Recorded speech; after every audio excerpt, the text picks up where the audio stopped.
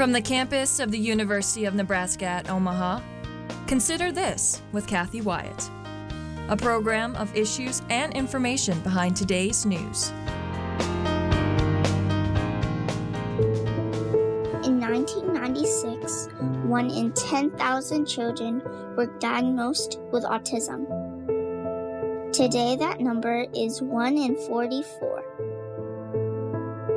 Regardless of geographic, social, economic, or religious differences, autism affects us all. Hi everyone, I'm Kathy Wyatt. Welcome to the 28th season and this week's edition of Consider This. Our topic, Autism Acceptance Month. Joining us to talk more about it is Alice Schillingsberg. Dr. Schillingsberg is the director of the Integrated Center for Autism Spectrum Disorders at the Monroe-Meyer Institute in Omaha. Thank you so much for being here and welcome. Yeah, just my absolute pleasure. Thank you. You bet. I want to start by asking you, what is autism? Sure.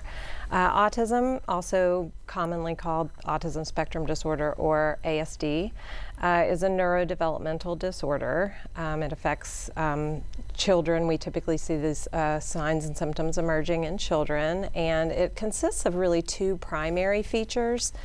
The first feature is the presence of difficulties with social communication and social interaction skills. So things like initiating and maintaining conversations, understanding social cues, and other types of social communication skills. The other feature that's associated with the diagnosis is the presence of what we call repetitive behaviors and restricted interests. These can look like things sort of like insisting on following the same routine, having a overly intense interest in particular topics or items. Sometimes we see kids that might play with toys in the same sort of rigid types of ways. And the number of diagnoses on the way up, I mean, that's a pretty dramatic difference that we saw in the opening video. Why is that? Yeah, well, and in fact, we have newer statistics even from the 1 in 44. It's now 1 in 36. And while this might be alarming, this actually represents quite an accomplishment and advancements in really understanding the diagnosis and getting really good at detecting it, diagnosing it, and frankly spreading awareness for what it is, what it looks like, so that we can diagnose kids as early as possible.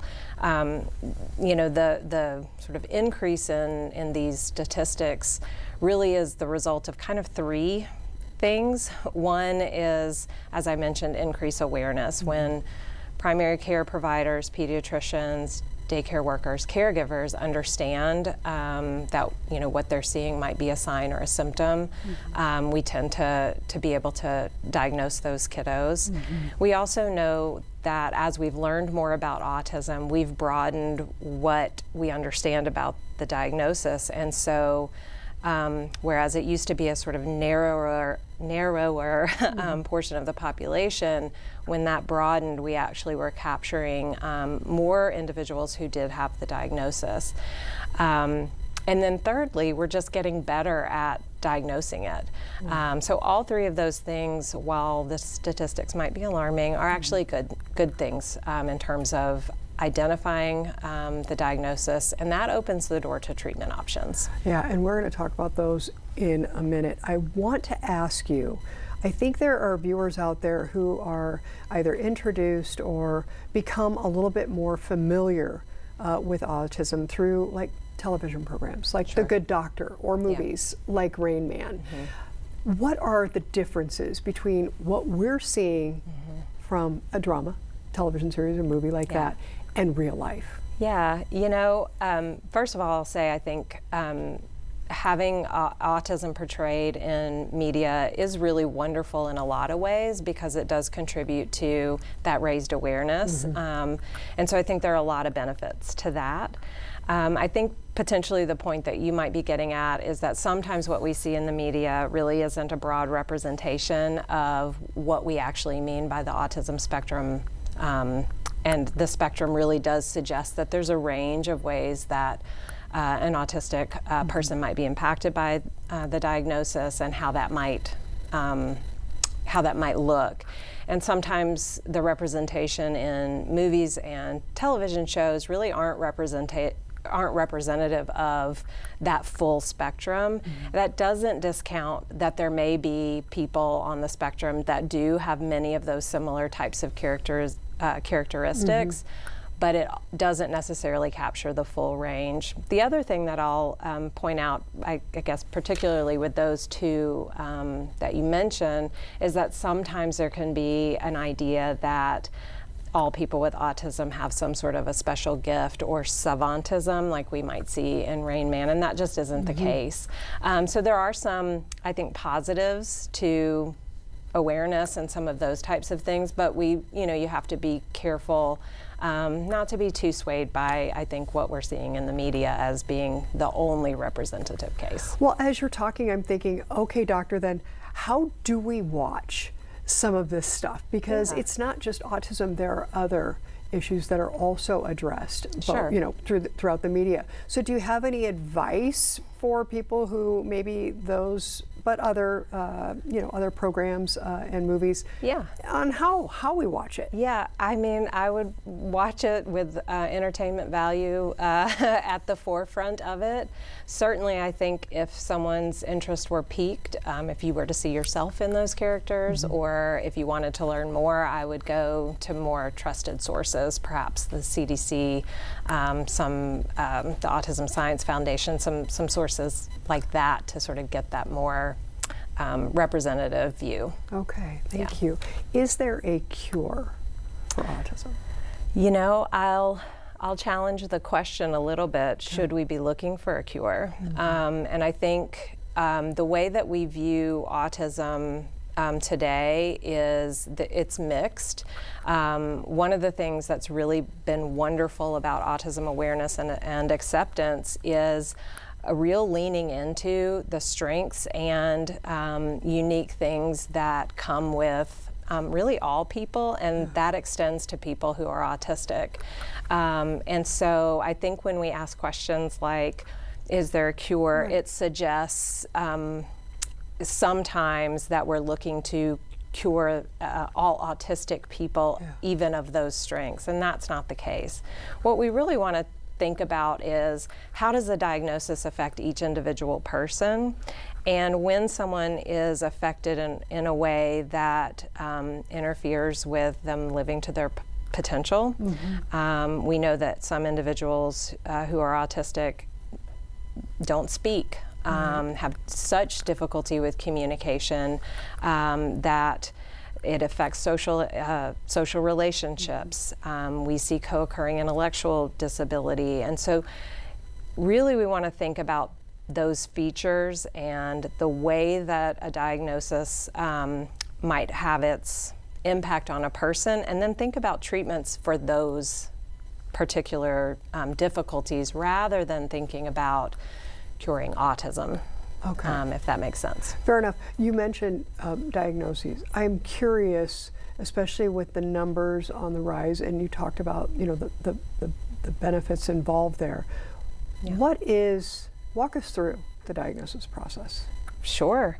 Oftentimes it's going to be sparked by some concern within the family. That's not uncommon for caregivers really to be the first people who are noticing some things that might be going on.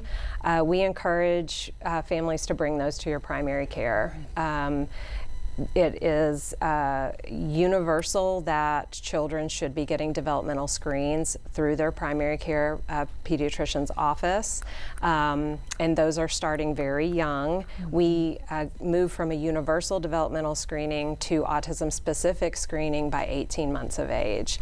And so that's really, I think, the first step. Now, if that primary care provider is also seeing concerns, then moving toward a full psychological evaluation with an autism specialist is going to be the next step.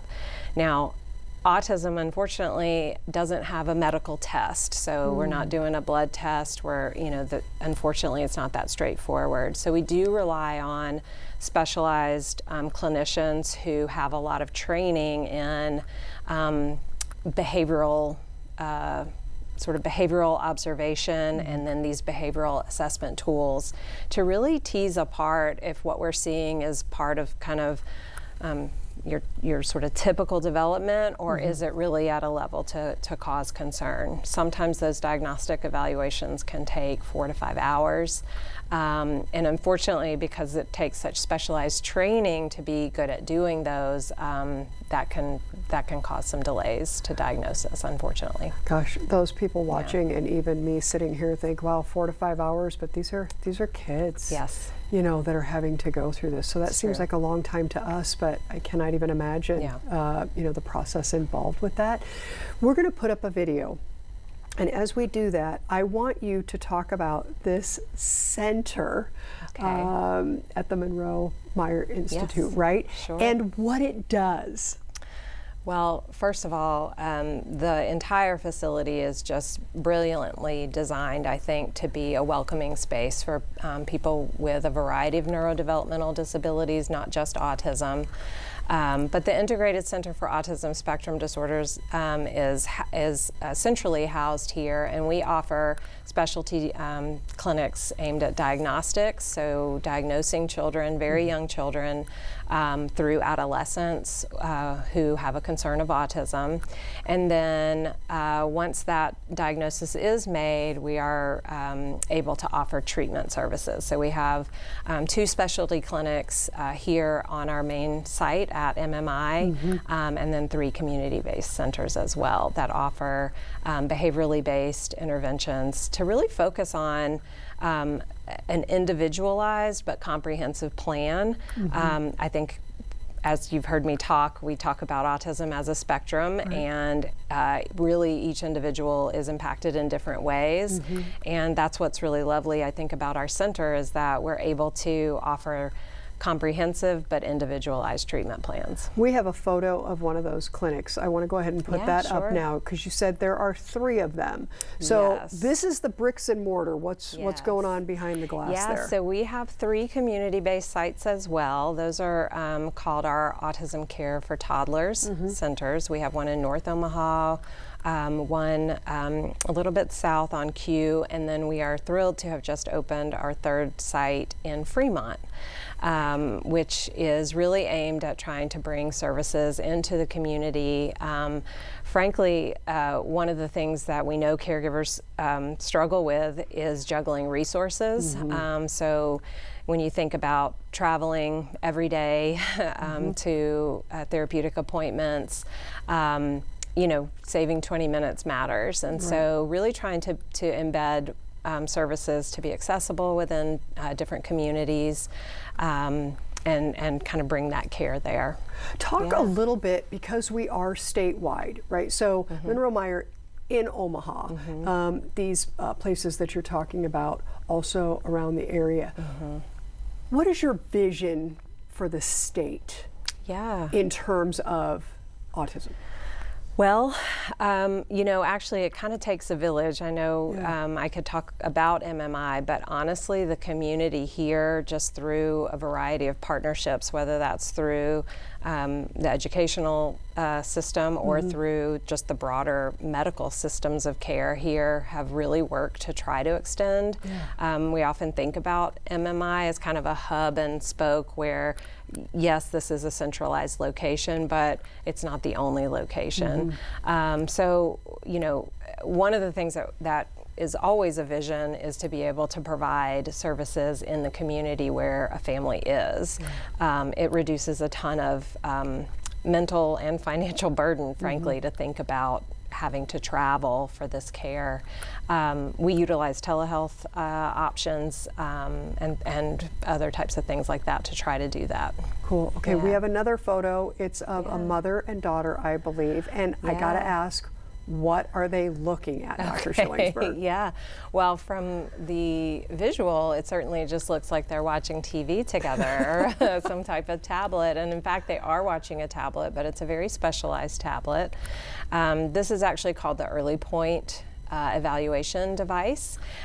This is a new diagnostic tool that was recently FDA authorized, I think actually last year, to assist clinicians with diagnosing autism younger and faster. So we talked already about the 4 to 5 hour appointment, and so that has been a sort of a dream to solve that issue. But it's also, so this device utilizes eye tracking technology to sort of look where the child who has a concern for autism is sort of focusing their visual attention on the screen.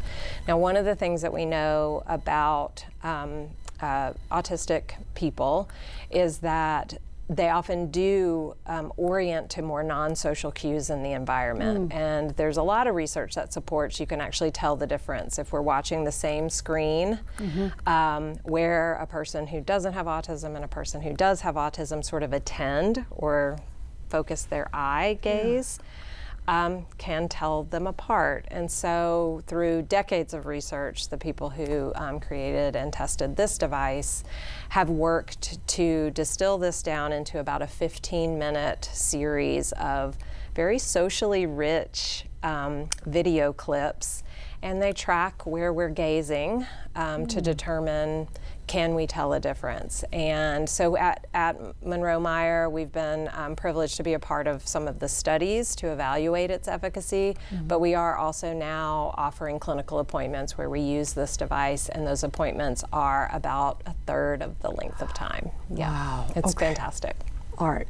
Other than St. Patrick's Day, why is March 17th an important date? Yeah, I'm so glad you asked. This is something that's gotten me very excited in the field of autism. So this year, 2025, March 17th, just a short while ago, was the inaugural Profound Autism Day.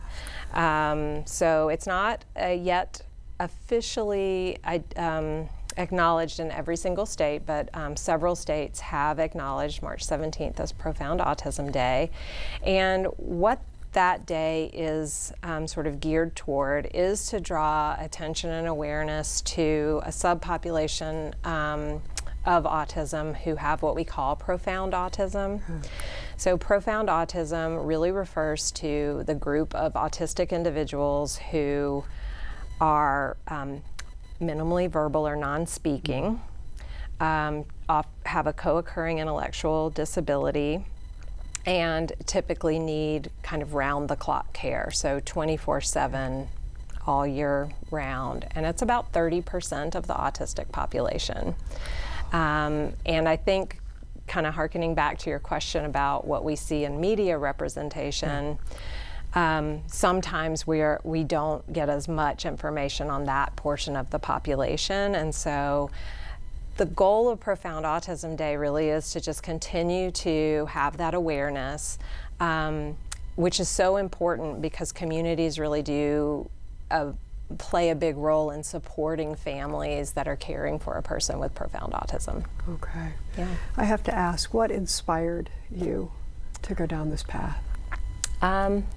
You know, there isn't one point in time. I actually continue to be inspired. The inaugural Profound Autism Day inspires me. I think back to, I was lucky to be aware of and introduced to the autistic population really in the late 90s, honestly, one of my first jobs. And I just really loved the work that I was doing. I loved seeing the progress and the impact that we can have, teaching very meaningful and important skills to children who need them. And I've just sort of carried that throughout the years, and then now here I am. And I'm inspired every day by the team that works with these kids every day, and the caregivers that care for them, and frankly, the individuals themselves by how much work they put in to what they're learning and doing each day. Every month, a big month for you there at Monroe-Meyer. But April is especially special because it's the awareness month for all of us really to hone in on this a bit more. Talk to us about the theme and what you personally and professionally hope to accomplish during these next 30 days. Yeah, so I believe the theme this is celebrating differences. And actually, as we've talked today, we've talked a little bit about, is it Autism Acceptance Day or is it Autism Awareness Day? And it's actually both. Mm-hmm. I think that there are a lot of people who are still having their awareness peaked, mm-hmm. and they're maybe learning about autism for the first time, and we want to continue that. But we also want to lean into autism acceptance because as we've learned a lot from this population and just the way that communities can make changes to be more accepting and mm-hmm. More than tolerating. Mm-hmm. And I think now we're moving into celebrating, which is to say that although there are certainly people who have autism who continue to need a lot of support, mm-hmm. we also know that people bring strengths to the table, and those differences, I think, are what makes us stronger. And so that's where we're sort of celebrating differences in the month of April. What is the biggest misconception about autism? I think one of the biggest misconceptions about autism is that it's one thing, mm-hmm. And kind of forgetting that spectrum piece. And then even when we think about it as a spectrum, is looking at that spectrum as being more or less autistic, yeah. which is not the case. Autism is autism, and if you are autistic, you're not more or less, mm-hmm. Regardless. But there is that spectrum in terms of how certain signs, certain symptoms, or certain aspects of the diagnosis might affect a certain person, mm-hmm. and so there's certainly a spectrum in that regard. So I think seeing autism as kind of one thing is probably a common misconception.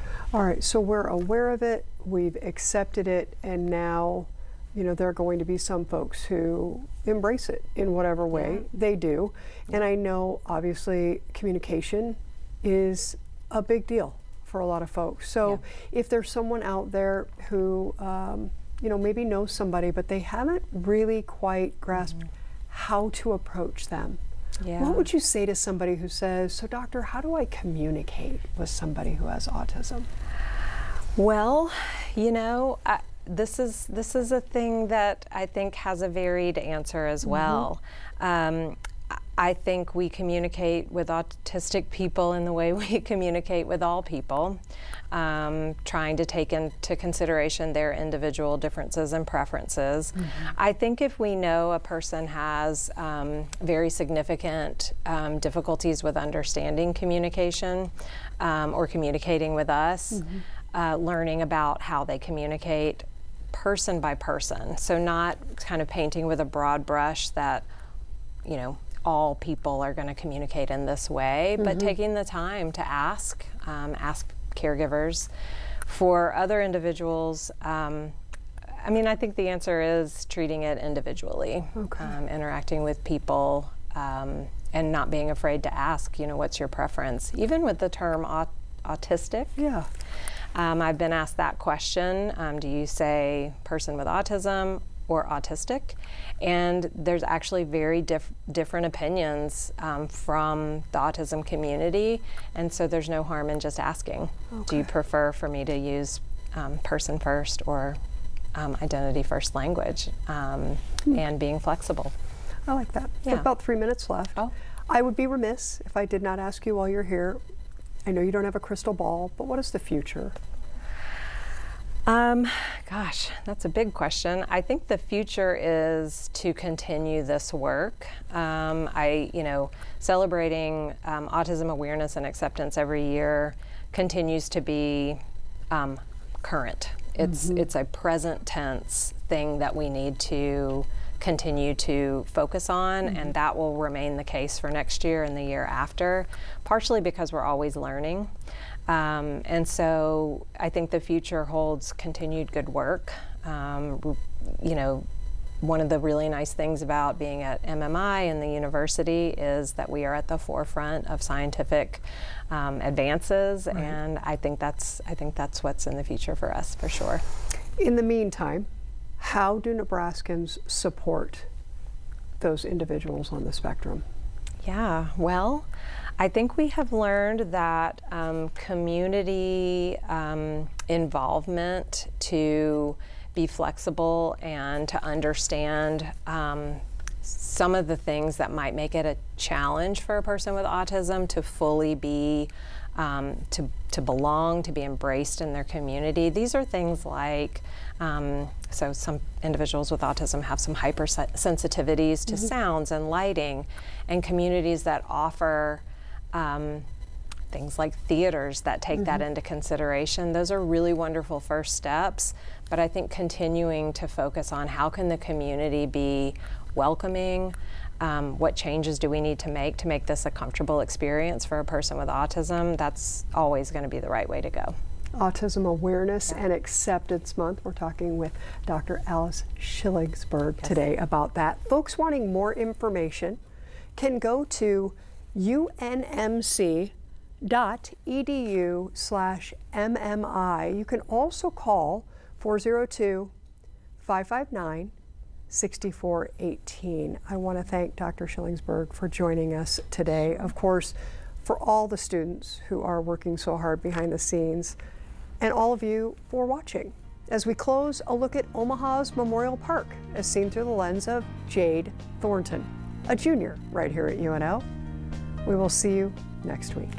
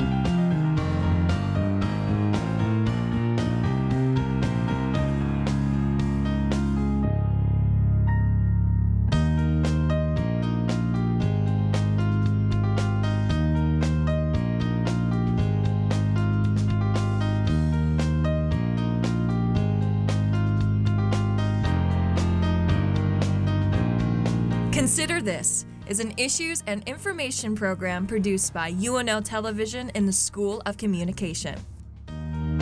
More information and program archives can be found at nebraskapublicmedia.org/considerthis. If you'd like to share your comments about this program, call the UNO School of Communication at 402-554-2600 during regular business hours, or send an email to consider.this@unomaha.edu.